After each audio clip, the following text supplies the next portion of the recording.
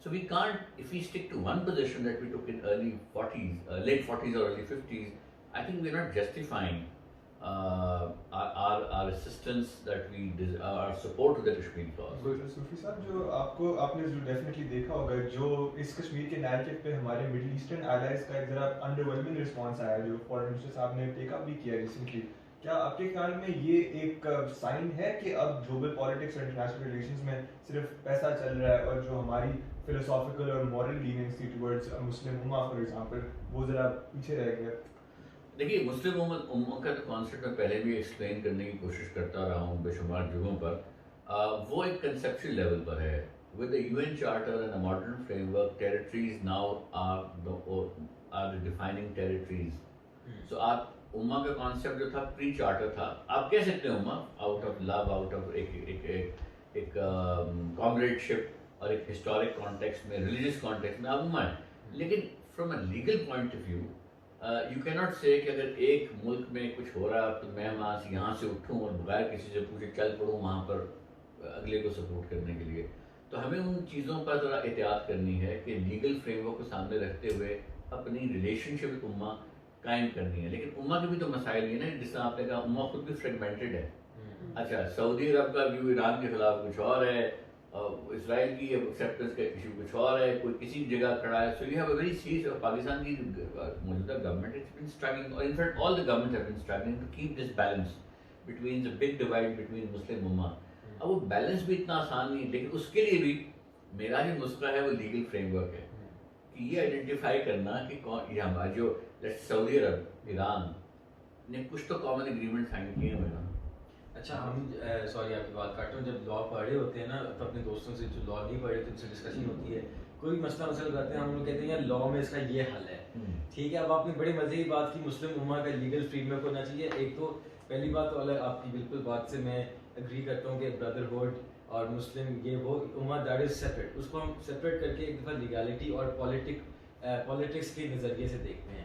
لیگالٹی کو بھی الگ کر لیتے ہیں. اگر پالیٹکس کے نظریے سے دیکھیں مسلم امہ پاکستان کے لیے کتنا امپورٹنٹ ہے, اور اگر سعودی عربیہ, اسرائیل, UAE اور USA کا جو ایک سیپریٹ اب بلاک بن گیا ہے تو یہ پولیٹیکلی پاکستان کی پوزیشن کو کیسے افیکٹ کرتا ہے. اور اگر مسلم امہ کی ہمیں سپورٹ نہیں ہوتی, ایز ان مطلب سعودی عربیہ کی ہمیں سپورٹ نہیں ہوتی, تو وہ ہم کیسے افیکٹ کر سکتے ہیں, کیونکہ آپ فارن پالیسی میں ویل ورسڈ ہیں. تو فارن پالیسی فرینکلی میرا ایریا آف اسٹرینتھ نہیں ہے, انٹرنیشنل لا ہے, لیکن اسی ریفرنس سے میں یہ ضرور بتا سکتا ہوں کہ اس وقت پاکستان پہ بہت پریشر ہے دونوں بلاکس کی طرف سے. بہت زیادہ پریشر پاکستان کی ریاست کے اوپر ہے, بیکاز پہلے آپ مینیج کر رہے تھے چیزوں کو گڈی اور سارا کچھ, اور اب زمانہ آ گیا ٹویٹرز کا, اب زمانہ آ گیا سوشل میڈیا کا. امریکن پوزیشن ایک منٹ میں سامنے آ جاتی ہے, اگلے منٹ میں اس کا رسپانس چائنا سے آ جاتا ہے, اگلے منٹ میں کوئی رسپانس سعودی سے ٹویٹ آ جاتی ہے. So you have to take clear positions, which puts you into a very awkward position because آپ کا ایک ریلیشن شپ رہا ہے. تو میرا موقف یہ ہوگا کہ اس ریلیشن شپ کو بیلنس کرنے کا طریقہ اگین لیگل روٹ ہے. لیگل روٹ سے مراد کیا ہے میری, اب سمجھ لیں کہ ہم نے سعودی عرب سے کچھ اگریمنٹس کیے ہوئے ہیں, ہمارے کچھ ایران سے بھی اگریمنٹس ہیں, ہمارے افغانستان سے اگریمنٹس, ہمارے چائنا سے اگریمنٹس ہیں. So we should tell the international community دیکھیے ہم کسی ایک کی طرف جانے کی بجائے ہم بیسیکلی جو ہمارے اگریمنٹس ہیں ہم ان کو آنر کریں گے ود ایوری ون. اب اس میں جو بھی کوآپریشن چاہیے, چاہے وہ ٹریڈ سے ریلیٹڈ ہے, چاہے وہ ٹیررزم سے ریلیٹڈ ہے, وغیرہ وغیرہ, ہم اس کی. سو آپ نے جو لیگل اگریمنٹ ان ملکوں کے ساتھ کیے ہوئے ہیں آپ ان کو آنر کرنے کی بات کریں as a position. Okay, realistically Sufi صاحب, آپ جیسے فار ایگزامپل امریکہ نے بھی, مصطفیٰ نے مینشن کی تھی بات, آئی تھنک ایبراہم اکارڈ اس طرح کی, دے ہیو بروکرڈ UAE اور اسرائیل کے ساتھ انہوں نے ان کی اگریمنٹ باقاعدہ بروکر انہوں نے کیا ہے. تو ریئلسٹکلی آپ کی وہ بات بھی صحیح ہے کہ you know it's a shift and goal post, لیکن realistically if you had to say کہ اگلے چند سال میں what the landscape of the Middle East would look like, even from a legal perspective, کیونکہ polarization وغیرہ تو ہمارے سامنے ہو رہی ہے, تو how would the legal system be affected by that polarization, by that political moves? It will be affected because obviously ایک طرف Israel is claiming for greater Israel role in everything, اس کا ایک effect آئے گا Middle East میں بہت strong قسم کا, اور Middle East will have to define itself, redefine itself. Middle Eastern governments will have to redefine themselves. Where do they want to stand? اپنی لیوریجز, اپنی پولیٹیکل اسٹینڈ, ریئل پالیٹک, کون کس کے پیچھے کھڑا ہے, they have to redefine. It's a moment of redefining. اور اس پر, اس کی وجہ سے ان کے لیگل سسٹمز پر اثر آئے گا. ان کے لیگل سسٹمز بھی ریکیلیبریٹ ہونے پڑیں گے. اب Dubai is a hub of international trade, یہ وہ سارا, وہ سب چیزیں they will have to go under review. سعودی عربیہ کی جو فوکس رہا ہے آئل اور باقی چیزوں پر اور لینڈ پر, وہ بھی it will have to be reviewed. Iran کا بھی یہی سچویشن آ جائے گی. ایران کی تو خیر بڑی ویل ڈیفائنڈ ہے, بٹ کہنے سے میری مراد یہ ہے کہ اٹ از اگلے 4-5 سال بہت ٹربولنٹ ہو سکتے ہیں, اور depending upon American elections as well on اس کا بہت فرق پڑے گا. بیکاز اگر ٹرمپ ایڈمنسٹریشن کنٹینیو کرتی ہے تو ان کی جو ان کا جو ہاسٹیلٹی ہے towards international bodies like UN, اگر وہ مزید انڈرمائن ہوتی ہیں تو پھر یونیلیٹرلزم بڑھے گا. اس کے رسپانس میں چائنا بھی it will have to respond well. تو پھر you are seeing completely a very different situation. If Trump loses somebody else comes, اور انٹرنیشنل باڈیز کی جو ایک سینکٹیٹی ہے وہ تھوڑی مزید بہتر ہوتی ہے, تو you will see slightly different approach towards creating influence on various regions. سلفی صاحب جہاں آپ سے ایک سوال کرنا چاہوں گا جو it's related to a discussion جو میری مصطفیٰ اور عثمان کی کئی دن سے ایک بحث چل رہی ہے, وہ تھی بین الاقوامی تعلقات میں خود غرضی کا رول, جس میں مثال ہم نے ایک سوچا تھا کہ ونسٹن چرچل جو تھے, بہت مشہور ورلڈ وار سے جو گزرے تھے, برطانیہ کے وزیر اعظم, وہ بہترین لیڈرز میں سے, ان ورلڈ ہسٹری بہترین لیڈرز میں سے یاد کیا جاتا ہے. بٹ ریسنٹلی ان کی ریسزم, ان کی بر صغیر کے لوگوں کے خلاف جو ظلم تھے, قتل عام 6 ملین بنگالیز کے خلاف جو ان کو مارا گیا تھا, اس کی وجہ سے میں ان کو یاد کرتا تھا ایز اے ٹائرنٹ. بٹ عثمان کا اور کئی اور لوگوں کا آئی ایم شیور ویو ہے کہ ان لوگوں نے اپنے ملک کی بہتری کی at whatever cost necessary, even if that cost 6 million Bengali lives and it cost the detriment of dozens of other countries across the globe. تو آپ کا کیا خیال ہے کہ یوں اپنے ملک کی سلامتی اور جنرل مورالٹی کو کس حد تک بیلنس کرنا چاہیے انٹرنیشنل لا کے؟ دیکھیے, اگر آپ مجھ سے بھی ہیڈ آف ایج سینئر لوگوں سے ملیں گے جو ریٹائرڈ ہیں, چاہے وہ فوجی ہیں, پولیٹیشینز ہیں اور گلوبل لوگ ہیں, they will be روتھلیس. I experience جو آپ کے ذہن میں سوال ہے, ایک زمانے میرے بھی ذہن میں یہ سوال تھا, اور میں بھی یہ سوال اس طرح کے سینئر لوگوں پر کیا تو مسکراتے تھے, اور کبھی کبھی ان میں سے کوئی لیٹ لوز کر کے کہتا تھا it's a cost you have to pay for your glory. ٹھیک ہے, so I was shocked when I heard this for the first time, because آپ کے لیے بھی بڑا مشکل ہوتا ہے یہ ابزارو کرنا کہ یار آپ آرڈر کر دو کہ تو جا کے بمباری کر رہا ہو, اتنے لوگوں کو مار دو, اس کا یہ افیکٹ ہوگا, اس افیکٹ کا میرے ملک کو یہ فائدہ ہوگا. ایسے ہی ہوتا ہے نا, یا کئی صدیوں سے ہم وہ کاسٹ پے کر رہے ہیں جو گوروں نے سوچا تھا کہ ہم اپنی بہتری کے لیے کریں. It's a hard pill to swallow. It's a hard pill to swallow, but I realize over a period of time this is a reality. This is a reality when people plan moves at global level, look after their interest. The ruthlessness is so palpable in those sessions. اور اس کا آپ کو window ملتی ہے when you meet them individually in their post-retirement age. Comments that they drop. Sometimes they make a disclosure. ہاں ایک بات ہوئی تھی, ہم نے کہا کہ بھائی یہ تو ہمیں کرنا ہے, اور ٹھیک ہے وہ مرے ہیں وغیرہ. افریقہ کو دیکھ لیں, افریقن کانٹیننٹ جو ہے اس کا کیا حال کیا ہوا ہے, اور کوئی اس میں داد رسی کا گیم نہیں ہے, اور وہ منہ موڑ لیتے ہیں. انڈیا میں آپ کی جو یہ جو ویڈیوز انڈیا سے جنریٹ ہوئی ہیں, اس میں سے 10% یا 5% پاکستان سے جنریٹ ہوتی ہیں, تو ریئیکشن ڈفرینٹ ہونا تھا. But where you have economic interest, سعودی عرب کے ہیومن رائٹس کے ایشوز پر ذرا پھیل لیا جاتا ہے, وہ ہو لیا جاتا ہے, پھیل لیا جاتا ہے.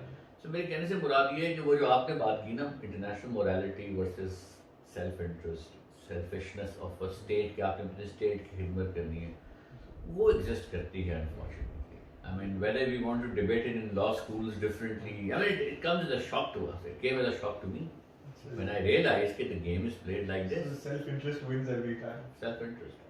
ویسے وہی بات ہے, to some people it comes like a shock, لیکن اکثر لوگ ہیں ان کو I don't think it comes as a shock. I think especially nowadays Harvard میں پڑھے لکھے بچے ان کو نہیں آتا, at least nowadays I think لوگوں نے سمجھ لیا. But on a more serious note, let's shift to the elephant I think in every room nowadays, China.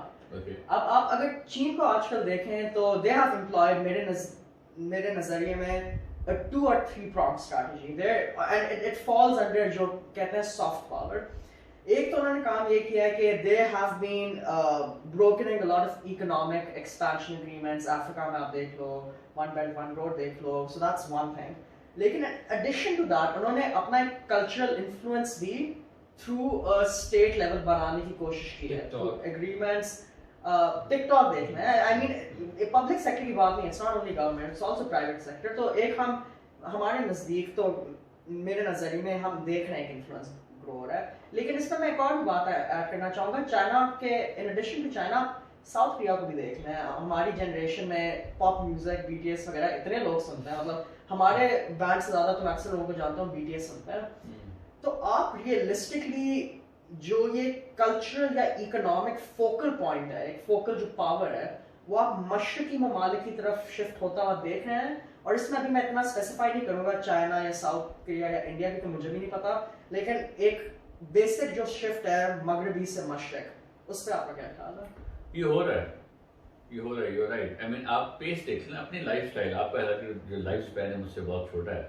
آپ نے بھی دیکھا ہوگا کہ یہ ٹیلی فون, یہ چیزیں, ان کی گروتھ, اور جس طرح سے چائنا میں لوگوں نے گرو کیا ہے ملینر سے بلینرز, اور جس طرح ایکسپینشن ہے, اور جس سسٹمیٹکلی وہ موو کر رہے ہیں, انہوں نے clearly they have taken over, in my view they have taken over the world attention and they've taken over the world stage. Now they are rolling it out gradually and they are firming up their positions. چاہے وہ through agreements کریں, اس لیے یہ important ہے ان agreements کو ہم اچھی طرح negotiate کریں to balance our own interest, because جتنی ان کے پاس جگرناٹ ہے, جتنے بڑا وہ دیو ہے, جتنا بڑا وہ ہے, وہ جس طرح سے پش کر رہا ہے چیزوں کو, آپ کے لیے اس کے سامنے ٹھہرنا even to create a balancing force within your state مشکل ہوتا جائے گا. میں آپ کو ایگزامپل دیتا ہوں. چائنیز کمپنیز انویسٹمنٹ کرنا چاہتی ہیں پاکستان, ان کی انویسٹمنٹ کا کوانٹم اس قدر بڑا ہے کہ وہ کچھ بھی خرید سکتی ہیں پاکستان میں, تو پاکستانی بزنس میں کہاں جائے گا؟ اس کو آپ نے تھوڑا سا پروٹیکشن دینی ہے so that he is able to match steps, تاکہ وہ اکنامک بینیفٹ آ رہا ہے اس کو ملٹیپلائی کر سکے. اسی طرح جو باقی جگہوں پہ یہ افریقہ وغیرہ میں یہ انہیں ایک لائن بچھائی ہے, وہ بہت خوبصورت ہے, لائٹیں لگی ہوئی ہیں, رائٹ لیفٹ جو ہے وہ ٹوٹی ہوئی سڑکیں. سو ہم نے اس انفلوئنس کو, ہمارا اسکل یہ ہونا چاہیے, جس طرح کشتی میں ایک چیز سکھائی جاتی ہے کہ آپ نے زور جو ہے اپوزنگ پہلوان کے زور کو اس کے خلاف استعمال کرنا ہے یا اپنے حق میں استعمال کرنا ہے. تو اگر ایک بہت بڑا پہلوان جو ہے he is looming large on your horizon and he wants to step in, we should have the skill and the intelligence to use that to our advantage. Very interesting point. تو پاکستان کی لیڈنگ کیا کہتے ہیں foreign policy expert ہیں آپ, تو what measures is Pakistan taking post CPEC اس چیز کو اوائڈ کرنے کے لیے؟ ہم چائنیز سے رن اوور ہو جائیں گے تو پاکستان. میرا تو یہ ویو تھا کہ جس طرح ایک انہوں نے سی پیک کوریڈور بنایا, اسی طرح ہمیں ایک لیجسلیٹو کوریڈور بنانا چاہیے to protect our interest. We should define in law کہ آپ کس صوبے میں کتنے ایسٹس خرید سکتے ہیں. آپ اگر کوئی چیز انویسٹ کریں گے اس میں آپ پاکستانی پارٹنر رکھیں گے, آپ پاکستانی امپلائیز اگر اتنے رکھیں گے تو اتنی ٹیکس کنسیشنز ملیں گی. آپ اگر یہ انویسٹمنٹ یہاں لائیں گے جو ہمارے فلانے سیکٹر میں ریکوائرڈ ہے, ٹیکسٹائل میں, جو بھی ہمارا سیکٹر ہے, مجھے نہیں پتا, آئی am not an economist, but someone needs to identify کہ ہم نے فارن ڈائریکٹ انویسٹمنٹ کس کس سیکٹر میں چاہیے, پاورٹی ایلیویشن کے لیے, لوگوں کی جاب امپرومنٹ کے لیے, تو ہم اس کو وہاں ڈائیورٹ کریں, ان کو ٹیکس کنسیشن دیں, اور ان کو پاکستانی انٹرپرینورس کو, جو پاکستانی بزنس کمیونٹی وہ بہت ذہین ہے, لیکن وہ بیچاری اس وقت تھوڑی ڈری ہوئی ہے, بیکاز اس کو وہ لگتا ہے کیس بن جائے گا, یہ ہو جائے گا, وہ ہو جائے گا, وہ سارا پیسہ ملک سے باہر لے کے جانے کے چکر. وی نیڈ ٹو ان کو انسینٹیو دینا ہے کہ پاکستان میں انویسٹ کرو. یہ جو چائنیز چلا آ رہا ہے, آپ رائڈ اس پر رائڈ کر کے اپنا راستہ بناؤ, اس کے نیچے نہ کچھ لے جانا. سو ہماری اس کے لیے ہونی چاہیے when the elephant is walking in, ہم سائڈ اسٹیپ کر کے اس کے اوپر سواری کر لیں, تاکہ we benefit from his leaps, his distance covered and his height, and enjoy that glory rather than come under his feet.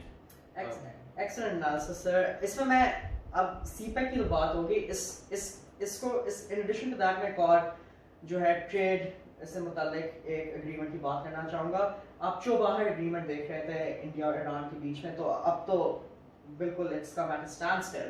لیکن اس کا جو میرے نزدیک انٹرنیشنل ریلیشنس میں افیکٹ تھا وہ یہ تھا کہ it was a direct competitor to CPEC in terms of providing a trade route, اور وہ انڈیا کا ایک بہت ڈائریکٹ چینل تھا چائنا کی اکنامک سپیریورٹی کو at least in terms of trade link challenge کرنا. اب آ کے جب جو باہر ایک اسٹینڈ اسٹل پہ آ گیا, رک گیا ہے وہ, تو آپ کے خیال سے جو بات ہوتی ہے نا اینٹی ٹرسٹ کی یا مونوپلائزیشن کی, وہ چائنا کا کمپلیٹ ہے in terms of trade in Central Asia and South Asia? دیکھیے اگین میری deficiency area of economics is not my area, but مجھے انفلوئنس کا فٹ پرنٹ کلیئرلی فیل ہوتا ہے. Whether it has reached a point, technically speaking جو monopoly کی definition ہے اس میں I am not too sure on that. لیکن جس طرح میں نے آپ کی ایگزامپل دی کہ آپ کو اپنے ہورائزن پر ایک ایلیفنٹ آتا ہوا نظر آ رہا ہے, سو وہ اپنا فٹ پرنٹ ڈالے گا, زمین دھمکے گی, ارد گرد کی زمین میں بھی ارتعاش پیدا ہوگا, آپ نے اس کا ایڈوانٹیج لینا ہے. تو آپ نے بہت کوئکلی سوچنا ہے, بیکاز امریکی ودرا کر رہے ہیں افغانستان سے بھی, اور وہاں پر بھی اپرچونیٹی, وہ بھی ٹیریٹری جو ہے اس میں آپ اپنے بزنس کمیونٹی کو چائنیز کے ساتھ مل کر وہاں پہنچا سکتے ہیں. تو وہ اگر ہم نے پروٹیکشن انوائرمنٹ نہ دی تو ہمارے لیے آگے مشکلات پیدا ہو سکتی ہیں. Economics is not your expertise, جیسے آپ نے کہا, بٹ ایک چیز پہ بات کرتے ہیں which is definitely your expertise. One word, Reko Diq, یہ کیا ہے؟ پلیز سمپلیفائی کر کے ہمیں بھی ایکسپلین کرتے ہیں, ویورس کو بھی ایکسپلین کرتے ہیں, how important it is for Pakistan. دیکھیے ریکارڈنگ جو تھا وہ بیسیکلی ایک انٹرنیشنل مائننگ ایگریمنٹ تھا, جس میں یہ کہا گیا کہ آپ نے کوئی 14 مائنز جو ہیں وہ آپ نے ان کا لائسنس ایشو کرنا ہے. اب وہ لائسنس ایشو کرنے کے لیے تو آپ نے ان کو ایکسپلوریشن فریم ورک دے دیا, وہ انہوں نے ایکسپلور بھی کر لیا. جب ان کو وہ دوسرا لائسنس کی باری آئی تو آپ نے کہا یہ ایشو جو ہے اس میں کچھ ڈسٹریبیوشن درست نہیں ہے. تو اس کی بنیاد پر پھر سپریم کورٹ نے میٹر اٹھایا, وہ ایکسٹ میں چلے گئے, آئی سی سی میں چلے گئے because of by lateral investment treaty. جب وہ وہاں گئے تو انہوں نے پھر کیس کو وہاں فائل کیا, انہوں نے کہا یہ ساری مائنز ہماری ہیں, اس کو اسٹے کر دیا جائے. آپ نے وہاں کنٹیسٹ کیا because I was in that part of that case, شروع کی جو لیگل ٹیم تھی, اور وہاں پر ہم نے ان کا اسٹے آرڈر ڈسمس کروا دیا. جب وہ ڈسمس ہو گیا تو انہوں نے کہا جی ہم آپ سے نیگوسیشن کرنا چاہتے ہیں. سو اور اس وقت ڈسمس ہوا تو ہماری مائنڈس ٹیکنیکلی ان لاک ہو گئی. اب اس کے بعد پھر معاملہ چلتا رہا, لیکن پھر اس کے بعد نئی لیگل ٹیم آ گئی, انہوں نے کہا ہم اسے کنٹیسٹ کرنا ہے وغیرہ وغیرہ. میرا ذاتی ویو یہ ہے کہ چاہے ہمارے جتنے بھی انٹرنیشنل ڈسپیوٹس ہیں اس میں ہمیں ایکسپلور کرنا چاہیے ریزولوشن کو, کیونکہ وہ ریزولوشن جو ہے اس کا بڑا مسئلہ آ جاتا ہے. اگر ریزولوشن نہ ہو تو پھر آپ کو اس طرح کا پینلٹی کا سامنا کرنا پڑتا ہے. تو یہی باقی آربیٹریشن 36 کے قریب اور بھی آربیٹریشن پینڈنگ ہیں, اس میں بھی ہمیں کوشش کرنی چاہیے میٹر کو آؤٹ آف کورٹ ریزالو کرنے کی. جو سم تھنگ جو پرائم منسٹر نے بھی کہا کہ ایک انچارٹڈ ٹیریٹری ہے, آپ کو پتہ نہیں ہوتا, آپ سمجھتے ہیں آپ کا کیس بہت اچھا ہے, لیکن کسی بھی نقطے پر دوسرے فریق کا موقف جو ہے وہ کسی اور کو پسند آ سکتا ہے. تو میں یہ سمجھتا ہوں کہ ریکوڈیک جو ہے اس کو وے فارورڈ اس کا بھی ریزولوشن ہے, لیکن جو بھی ہو جلد از جلد وہ مائنز جو ہیں وہ کام کرنا شروع کریں تاکہ بلوچستان کے لوگوں کو اس کا فائدہ ہو اور پاکستان کو اس کا فائدہ ہو. چلے آن دیٹ نوٹ صوفی صاحب, آپ کا ہم نے آن دس فائن مارننگ بہت آئی تھنک ٹائم لے لیا ہے, بہت بہت شکریہ اس کے لیے. کوئی آپ لوگوں کے پاس